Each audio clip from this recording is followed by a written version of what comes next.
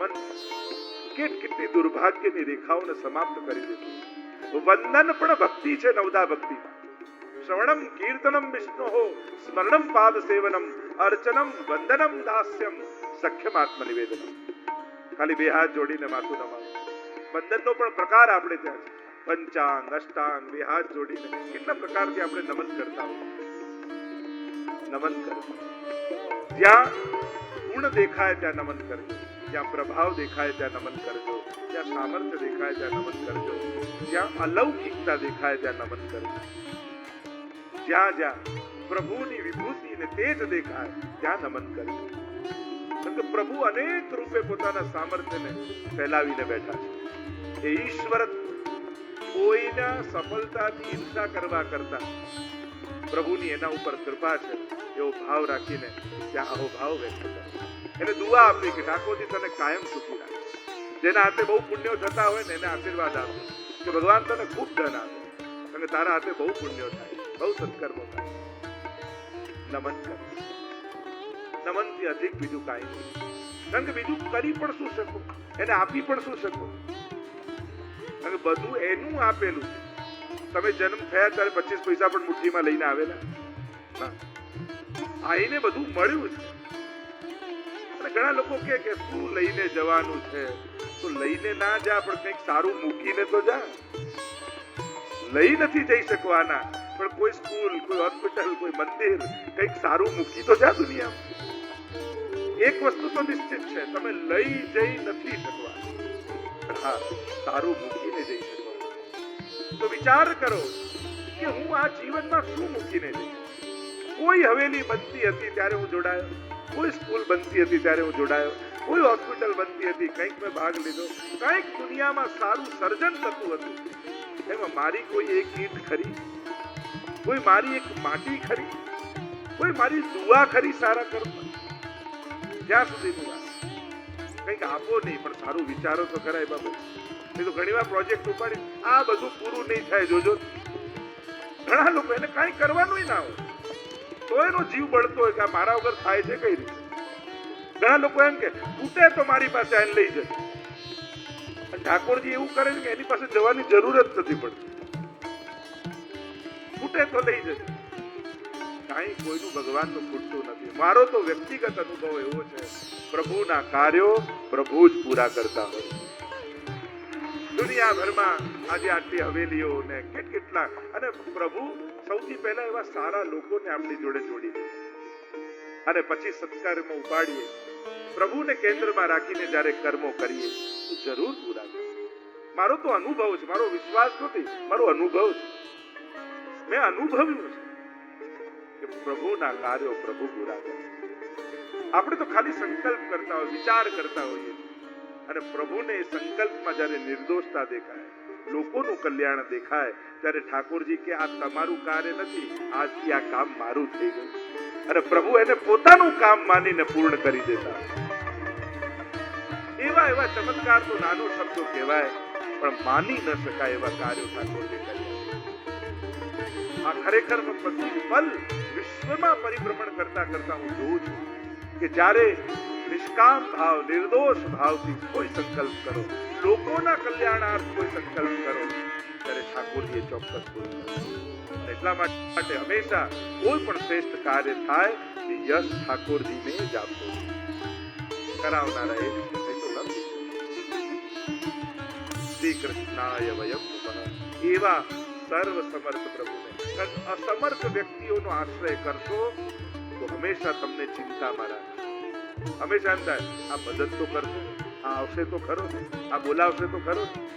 હંમેશા ચિંતા જ બની રહે, કારણ કે અસમર્થનો આશ્રય. અને સમર્થનો આશ્રય કરશો તતો નિશ્ચિતતા પ્રભુ.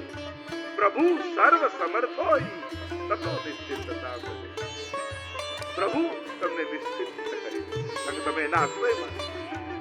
મહાપ્રભુજી આપણને આ મંત્ર આપ્યો છે, સર્વ સમર્થનો આશ્રય કરો, એ તમને નિશ્ચિતતા. ચિંતા છે તો એવું માનજો કોઈ અસમર્થનો આશ્રય.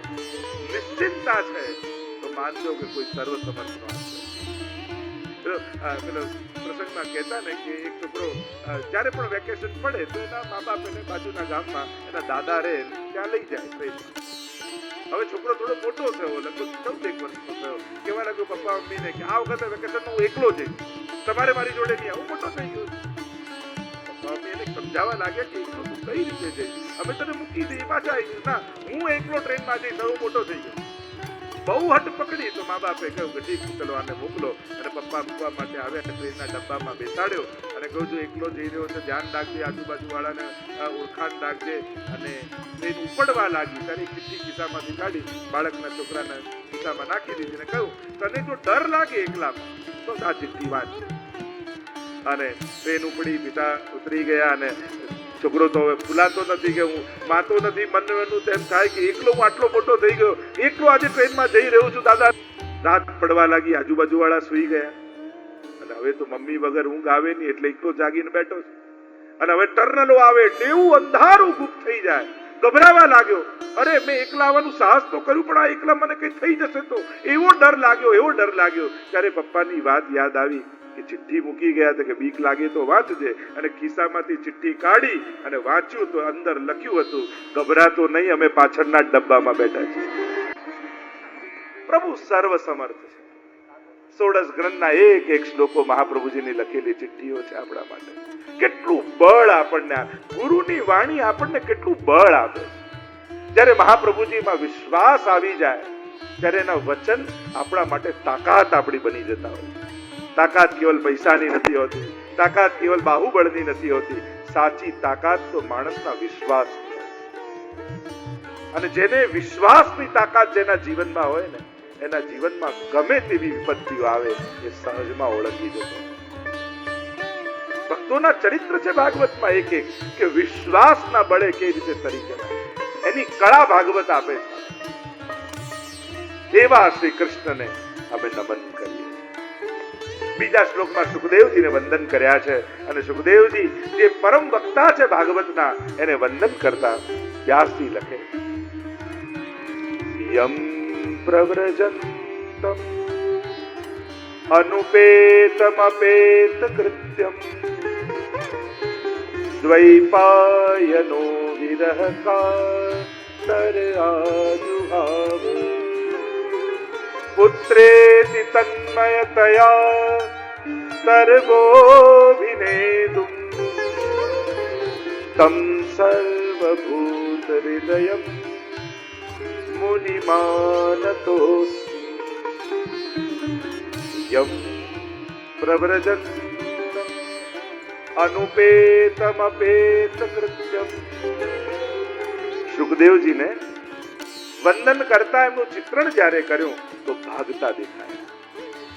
એમે ગુરુ સદગુરુ વિચરણ કરતો સતત.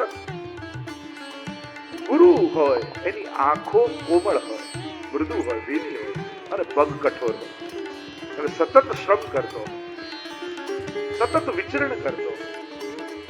કોમલ પદ જ્યાં કમલ વિલસે ધન્ય કહું તે મહાપ્રભુજી કેવો શ્રમ લીધો. વિચાર કરો, 11 વર્ષની આયુમાં શ્રી મહાપ્રભુજી એક ધોતીને ઉપરણો ધારણ કરીને ઘર છોડીને નીકળ્યા. આપણે તો ખાલી એમ બોલી જઈએ 3 વાર પૃથ્વી પરિક્રમા કરી. અરે 500 વર્ષ પહેલા 100 કિલોમીટર જવું એ પણ કેટલી મોટી ચેલેન્જ હતી. કેવું માહોલ, કેવું વાતાવરણ. અને એ સમયે સમગ્ર ભારત વર્ષની પ્રદક્ષિણા આવી બાલ વયમાં કરવી એ તો પ્રભુનો પ્રભાવ છે. સુખદેવજીને ભાગતા દેખાયા. યમ પ્રવ્રજંતમ, પ્ર ઉપસર્ગ સંન્યાસના અર્થમાં ઘર છોડીને જઈ રહ્યા. આ અમૃત બિરાજે છે અને એ અમૃતનું સતત હું પાન કરું છું એટલા માટે મારે જન્મ મરણના ચક્કરમાં પડવું નથી પડતું.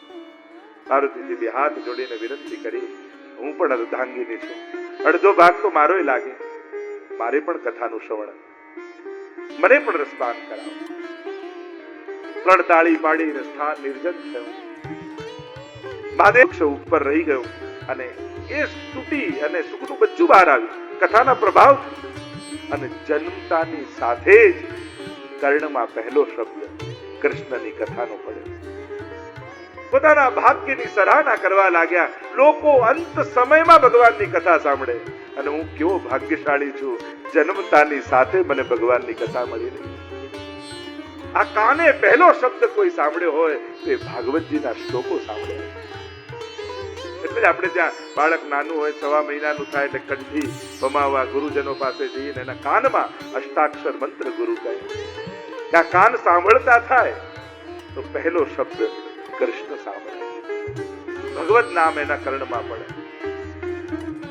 આમ જ્યારે સુખનો પ્રભાવ થયો, પાર્વતીજી સૂઈ ગયા અને થયું કે અરે મારી કથા જતી રહેશે. મહાદેવજીને ખબર પડશે કે કથામાં નિંદ્રા આવી ગઈ છે તો કથા બંધ ન થઈ જાય. એટલે જેમ પાર્વતીજી હુંકારો આપતા હતા ને એમાં સુખનું બચ્ચું હુંકારો આપવા લાગ્યું. અને મહાદેવજીને એમ થયું કે પાર્વતીજી કથા સાંભળી રહ્યા. જ્યાં આંખો ખોલીને જોયું તો પાર્વતીજી નિંદ્રાધીન છે. ખોળામાં બેસીને આ સુખનું બચ્ચું કથાનું શ્રવણ કરી રહ્યું. અરે કથા કોઈ અનધિકારીના હાથમાં ન જતી રહે, ત્રિશૂળ કાઢ્યું અને પાંખો ફેલાવીને સુખ ઉડતું ઉડતું ઉડતું ઉડતું આગળ વ્યાસાશ્રમમાં ગયું. વ્યાસ પત્નીના મુખમાં પ્રવેશ કરી ગયું. વ્યાસજીના પત્નીના મુખમાં પ્રવેશ કરતા જોયું અને મહાદેવજીને થયું, સુખ ગયું તો ખરા પણ ઠેકાણે ગયું.